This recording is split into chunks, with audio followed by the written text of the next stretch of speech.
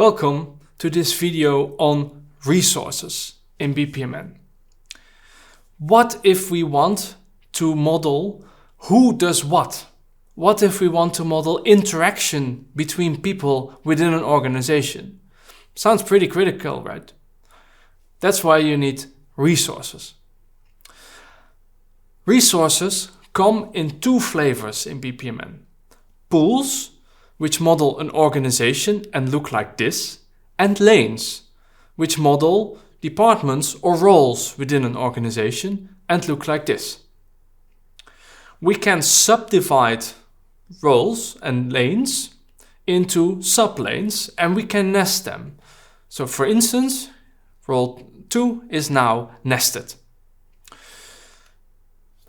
Lanes can also overlap and we can use them to create a matrix organization. So for instance, anything we put in the conjunction of role 1 and role 4 and role 5 means that that thing has to be executed by one person or one resource that has both of these roles. What do they look like and how can we use them syntactically? For an activity or task, we can put that into a lane, and that means that a task must be executed by a resource that has that role corresponding to that lane. So for instance here, task A must be executed by somebody having role 1 within organization 1. Similarly, task C must be executed by someone from organization 2. We cannot put tasks on the boundary of roles. This is invalid in BPMN. We cannot model using these constructs that an activity must be executed by two people. We refer to such a diagram with multiple pools as a collaboration diagram because their main purpose is to express how people and organizations communicate with one another. We do not have to use pools and lanes, so we can put tasks outside of pools. So how does this communication work? Between two tasks in the same pool, we use a sequence flow. And the sequence flow, for instance here, from A to B, means that a token once produced by A is then moved to B, and that means that B has to be executed. On the other hand, we can also do this outside of lanes, but just in a pool. So in organization 2, we have a sequence flow from C to D, which means that first C must be executed and then D. Between pools, that is, between organizations, we do not use sequence flows. We use message flows. And they look like this: a little open circle, a dashed line, and then an open triangle. Now, why do we use two different types of flow or communication in BPMN? Well, they model different things. Within a pool, so within one organization, the sequence flow indicates a handover of work. And it doesn't matter how that handover is achieved. You can pass by somebody's desk and put paper on their desk, like here, B. Now execute role 2, execute B, please. This can be done using email. This can be physical things. This can be you have something that is being produced and moves from one machine to the next. That's also a handover of work.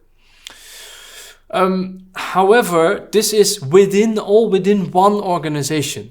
So we do not model communication between organizations in the same way because that works completely different. You cannot just hand over work to somebody in a completely different organization. That's not how it works. It must be built and so on.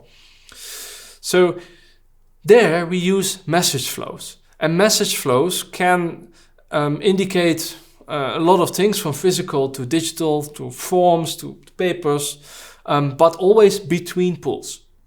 So we do not use sequence flows between pools, and we do not use message flows within one pool. Keep these two separate. We're going to see more about messages in one of the future videos. Now, do we need to model every resource that is involved in our process? Well, no. Or can we abstract from them? Well, yes, we can. If we do not want to model a particular organization that is involved in the process in detail, then we can use white box pools and black box pools. A white box pool is fully modeled. So the process is there. Well, for a black box pool, we do not model the process. The only thing we model for a black box pool are the messages going in and out of this pool. So a white box pool looks like this. We have our pool, we have our model elements in it, so in this case 1 task and 2 events. While for a black box pool, there is nothing in it. It's just the pool and the name of the organization. On a white box pool, we can have any BPMN element that we want. Well, for the black box pool, we do not put anything in. Nothing. So no elements at all in a black box pool. We communicate between any pool or between white and black box pools using messages. And for a white box pool, messages go from the elements within that. So if a task sends a message, we model that message as coming from the task. In a black box pool, we do not have we do not have tasks or any other BPMN elements, so the messages go to the edge of the pool. We do not take messages from the edge of a white box pool because a white box pool is fully modeled, so we have to show where this message comes from. Also, we cannot put a message to the middle of a black box pool, so that's also not allowed. So a black box pool only indicates which messages are sent and received by that organization. Notice that for BPMN resources, we do not model individual people. If we would say that this particular task has to be executed by Mrs. Jansen and Mrs. Jansen is on leave, then our process model doesn't capture it anymore what's being done. Or Mrs. Jansen retires, or Mrs. Jansen is replaced or promoted. So we do not model people, we model roles. Similarly, we do not model departments, but we model roles within departments.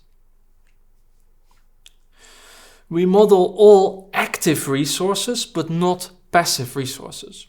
An active resource is anything or anyone involved in this process that plays an active role. So for instance, the room you're in to hold a meeting is a resource, but it's not active. It doesn't do anything. It's just, you sit there, or a table or a computer. If those things, they don't really do anything by themselves in the process. So they are passive resources. We do not model those. So a task in a pool means, or within a lane, means that the role responding to that lane is executing that task. And a room or a passive resource cannot execute anything. So what are then active resources? Active resources are anything that does something for the process, like actively. So it can be people, of course. It can be computer systems, like big information systems that automatically send out emails. Those are active resources. Or machines that decide to do something themselves. So all of these are active resources. Which resources to include in your process is a modeling decision and depends on the context. If you are making a model to describe fully internal working, then it makes sense to leave out the pools that do not have any role for that purpose. So we leave those out. But if we are modeling interactions with a customer or with a back agency, then we need to have the communication with those included in our process model, absolutely. So then we use these external organizations as pools. When to use a black box or a white box pool is also a modeling decision that depends on the context that you are writing your model for. For a customer, like a consumer customer, we need to model interactions with them.